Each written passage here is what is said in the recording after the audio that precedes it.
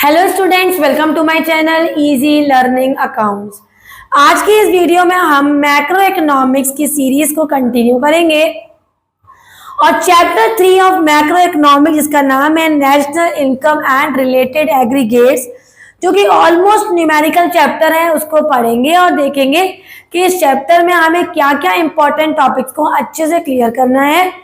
Chapter का अगर theory portion देख रही हूँ तो पहले ही पेज पे हमें ये बताया गया है कि भाई ये डोमेस्टिक इनकम क्या होती है।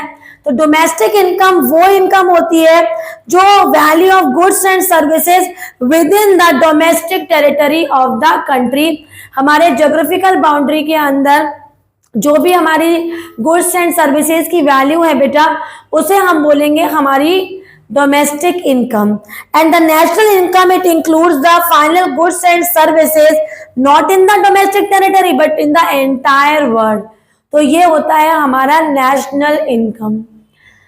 दूसरा डिफरेंस होता है कि जो NFIA होता है, मतलब net factor income from abroad, ये डोमेस्टिक इनकम में बच्चों इंक्लूड नहीं होता, लेकिन NFIA मतलब net factor income from abroad, यह हमारा नेशनल इनकम में इंक्लूड होता है। और डोमेस्टिक इनकम में वो सभी प्रोड्यूसर्स कंसिडर करते हैं जो हमारी with in the country produce हुआ है, और अगर आउटसाइड द कंट्री मतलब एंटायर वर्ल्ड की बात हो जाए तो वो चीज नेशनल इनकम में इंक्लूड की जाती है।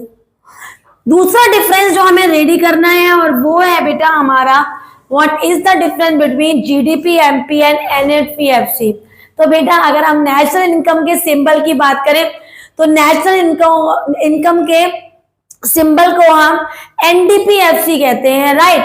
और नेशनल इनकम के सिंबल की बात करें तो वो एनएनपीएफसी होता है, लेकिन यहाँ पर हमें डिफरेंस किसका बताना है। नेशनल इनकम मतलब एनएनपीएफसी विद GDP-MP। तो पहला डिफरेंस है it is the territorial concept and includes the value of goods and services with in the domestic territory of the country, इसको बोलेंगे GDP-MP, gross domestic product at market price. और एनएनपीएफसी वही जो अभी हमने नेशनल इनकम को define किया था, same to same, final goods and services in the entire world, ये ज्योग्राफिकल एरिया या ज्योग्राफिकल बाउंड्री को कवर नहीं करता, entire world. NNPFC national income it consider the producers who are normal resident of the country, मतलब अगर आप normal resident है country के, रेसिडेंट कैसे हो सकते हैं, वहां रिलाय कर रहे हैं, रह रहे हैं, और सेंटर ऑफ इंटरेस्ट भी वहां आपका लाई कर रहा है, तो वो सब किस में आता है, एनएनपीएफसी।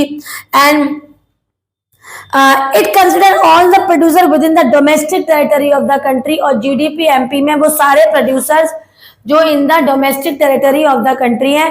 तो दोनों डिफरेंस आप रेडी करो, ऑलमोस्ट अच्छे सेम है, लेकिन आपके काम आएंगे और कहीं ना कहीं एजर्शन, रीजन, फिलअप और एमसीक्यूज में बच्चों हमें नजर आ जाते हैं ये पॉइंट। आगे बढ़ते हैं, नेक्स्ट पॉइंट अगर हम देख रहे हैं तो कुछ फॉर्मूले की ट्रिक से बेस्ड है, उसको बताने से पहले मैं कुछ और टर्म्स को कवर करना चाहूंगी। जैसे पहला टर्म है, बहुत जनरल है, इसको सुन लीजिए, ये हमारे पावर बूस्टर्स में गिवन है। जैसे पहला पॉइंट है हमारा प्राइवेट इनकम।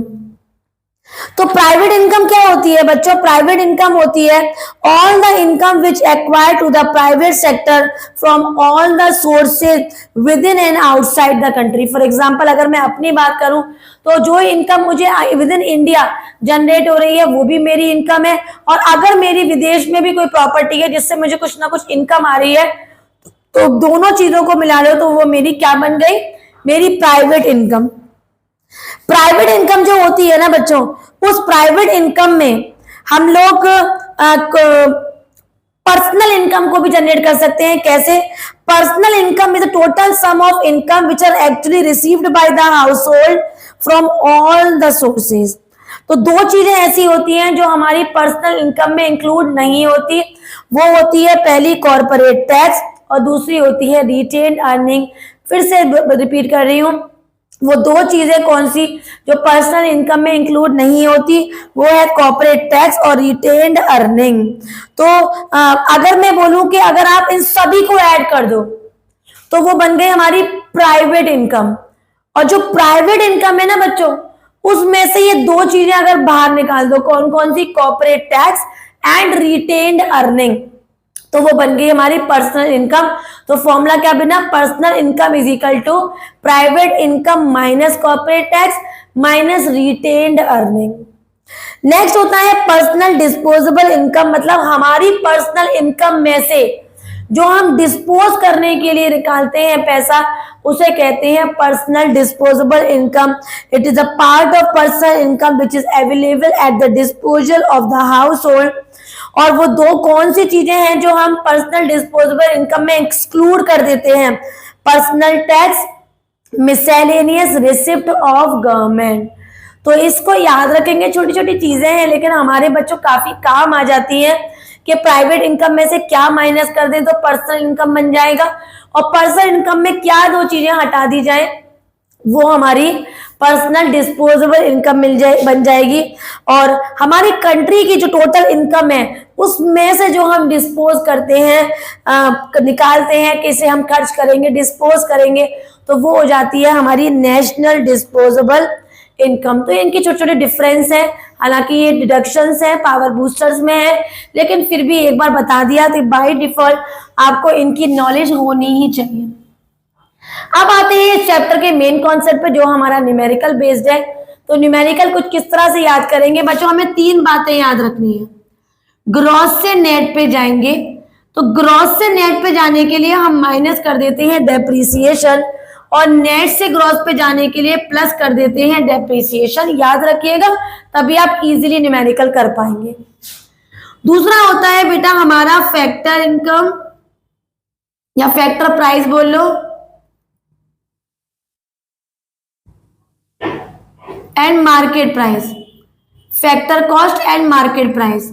तो अगर आपको फैक्टर कॉस्ट से मार्केट प्राइस पे जाना है तो हमें क्या करना होगा, हमें नेट इनडायरेक्ट टैक्स को ऐड करना होगा, और अगर हमें बैक जाना है तो माइनस करना होगा नेट इनडायरेक्ट टैक्स। अगर क्वेश्चन में नेट इनडायरेक्ट टैक्स गिवन है तो बहुत अच्छी बात है, और नहीं गिवन है तो net indirect tax is equal to indirect tax minus subsidy. कभी कभी इनडायरेक्ट टैक्स की जगह पर एग्जाम में गुड्स एंड सर्विस टैक्स भी दिया होगा, जो हमारा एक सिंगल कंप्रिहेंसिव टैक्स है, इनडायरेक्ट टैक्स। तीसरा पॉइंट जो हमें याद रखना है न्यूमेरिकल्स को करने के लिए, वो है हमारा डोमेस्टिक और नेशनल। तो डोमेस्टिक से नेशनल पे जाने के लिए बच्चों हमें ऐड करना होता है NFIA, कई बच्चे इसको नीफिया भी कहते हैं, तो नीफिया भी बोल सकते हैं, वैसे इसको NFIA। और अगर नेशनल से डोमेस्टिक पे जाना है तो माइनस NFIA। फुल फॉर्म क्या बताई थी मैंने अभी, net factor income from abroad. अगर गिवन है क्वेश्चन में तो बहुत अच्छा है, नहीं गिवन है तो हमें क्या करना है, फैक्टर इनकम फ्रॉम अब्रॉड में से माइनस करना है फैक्टर इनकम टू अब्रॉड। तो फैक्टर इनकम फ्रॉम अब्रॉड में से माइनस करेंगे फैक्टर इनकम टू अब्रॉड, और निकल आएगा net factor income from abroad. तो इन पर आप लोग ध्यान रखिए, और हमें आगे क्वेश्चन में कैसे बढ़ना है देखो देख लेते हैं बेटा। हमारे जो क्वेश्चंस होते हैं वो कुछ इस तरह का कॉम्बिनेशन देते हैं बेटा। ये जो हमारा पहला वाला ब्लॉक होता है इसमें या तो ग्रॉस आएगा या फिर नेट आएगा।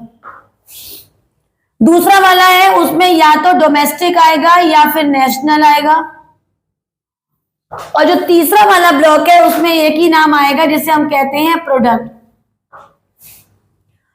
और यहां पर भी दो आइटम में से कोई एक आएगा, या तो फैक्टर कॉस्ट या फिर मार्केट प्राइस।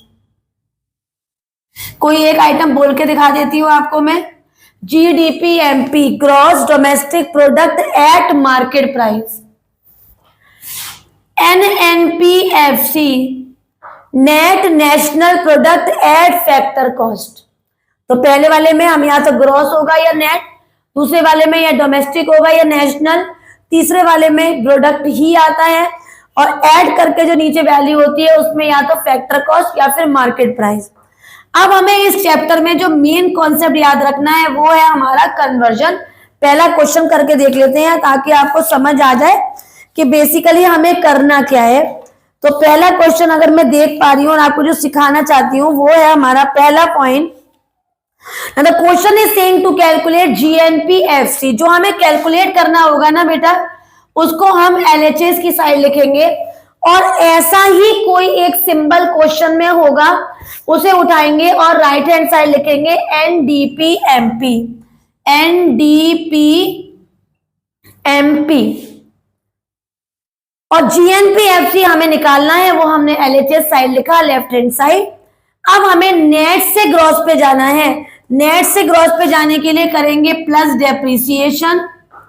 डोमेस्टिक से नेशनल पे जाना है, डोमेस्टिक से नेशनल पे जाने के लिए करेंगे प्लस एनएफआईए। और तीसरा बेटा प्रोडक्ट हमेशा सेम होंगे। मार्केट प्राइस से फैक्टर कॉस्ट पे जाना है तो माइनस कर देंगे नेट इनडायरेक्ट टैक्स। इनको ओपन करेंगे। एनडीपीएमपी हमें क्वेश्चन में दे रखा है 80,000 प्लस करेंगे डेप्रिसिएशन, या तो डेप्रिसिएशन अपने नाम से होगा या फिर consumption of fix capital, replacement of fix capital, इसके अदर नेम से। डेप्रिसिएशन दे रखा है हमें 4950 प्लस एनएफआईए देखेंगे और एनएफआईए दे रखा है माइनस का 200। नेट इनडायरेक्ट टैक्स ढूंढा, नहीं मिला तो हमने क्या किया, फॉर्मूला लगाया इनडायरेक्ट टैक्स माइनस सब्सिडी, मतलब 10,600 माइनस सब्सिडी, और सब्सिडी दे रखा है बेटा 1770। इसको कैलकुलेट कर लेंगे 84950 माइनस 200 माइनस 10,600 प्लस 1770। ठीक है बेटा, ब्रैकेट के बाहर माइनस का साइन होता है तो वैल्यू बदल जाती है। 84750 माइनस 10600 प्लस 1770। आंसर निकाल लेंगे बच्चों। 1770 ऐड कर लीजिए, 2 कैरी है 115 का 5, ये आ गया हमारा 5 और 6, 8 और माइनस कर देंगे 10600, 029 आ गया, 5 आ गया और 75920 करोड़ यूनिट है, तो करोड़ यूनिट जरूर लगाएंगे। यूनिट नहीं लगाएंगे तो आपके मार्क्स डिडक्ट हो जाएंगे। याद रखना है हमें जो पॉइंट निकालना है वो एलएचएस पे, वैसा ही सिंबल आरएचएस पे। अगर दोनों ही गिवन है, इनमें से कोई एक आइटम निकलवा रहे हैं तब भी आप ऐसे ही करेंगे। एक भी क्वेश्चन ऐसा नहीं है जो आप ना कर पाओ। और फिर भी बच्चों अगर आपको कोई न्यूमेरिकल नहीं क्लियर है, आप मुझे कमेंट में पूछ सकते हैं और अपने पॉइंट्स को क्लियर कर सकते हैं। वीडियो को लाइक जरूर करिएगा, शेयर बिल्कुल भी मत भूलिएगा और चैनल को सब्सक्राइब जरूर करिएगा। Thank you.